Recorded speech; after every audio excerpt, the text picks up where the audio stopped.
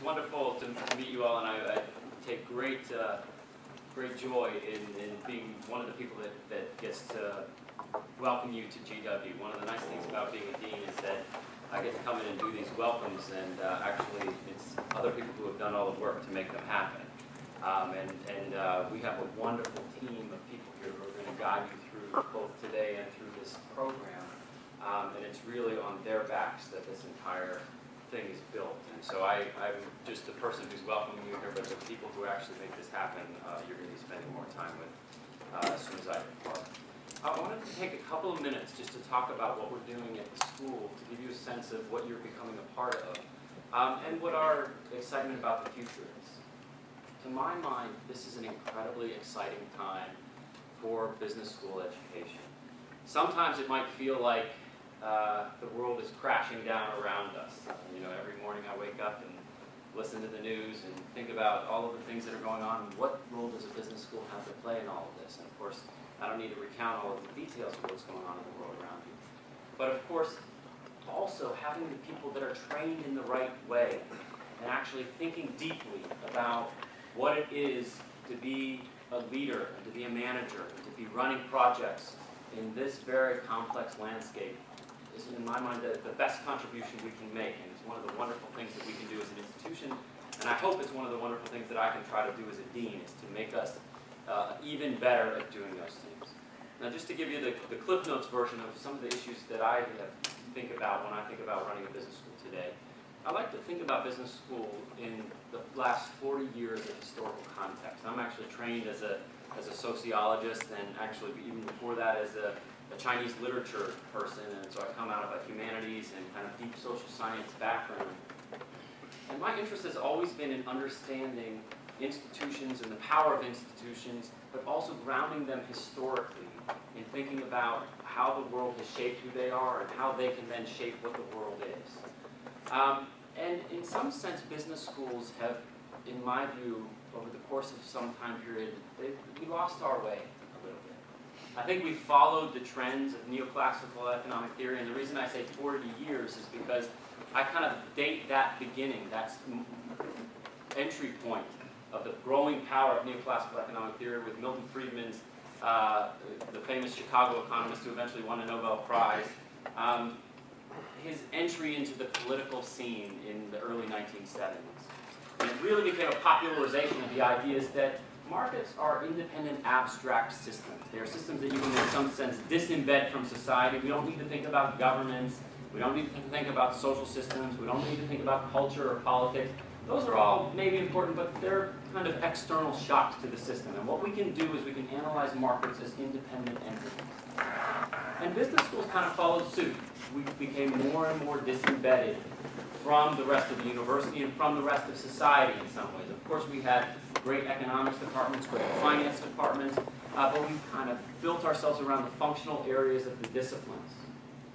Now, to my mind, that was a big problem because there were major things happening in the world as that was occurring. There was, of course, the globalization trends that were occurring over the course of the 1980s and have only picked up steam and grown exponentially.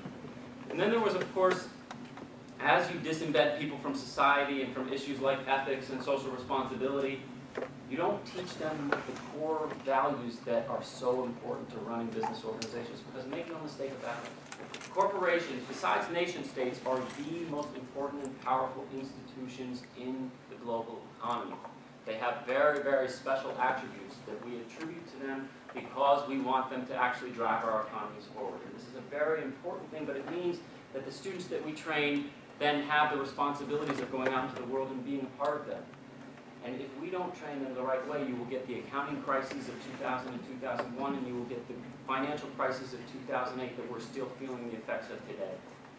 And so the idea of actually running a business school that cares deeply about those issues, but becomes re-embedded in society in a much more aggressive and forward-thinking way than any other business school is in the world, to me was a fantasy. I wouldn't have imagined that that opportunity would come along to me at this stage in my career.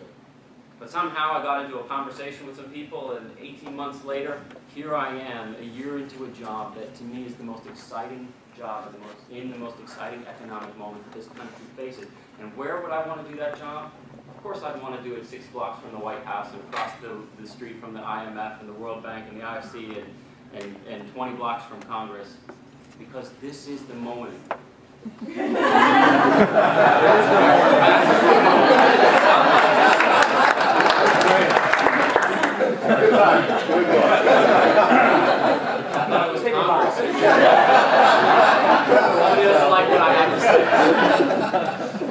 But this is the moment. This is the moment to do this. And it's not just the moment for us all to sit on our hands and wonder what the heck's going on in the nation's capital and why is the world sitting where it is. And it is the moment to change the world.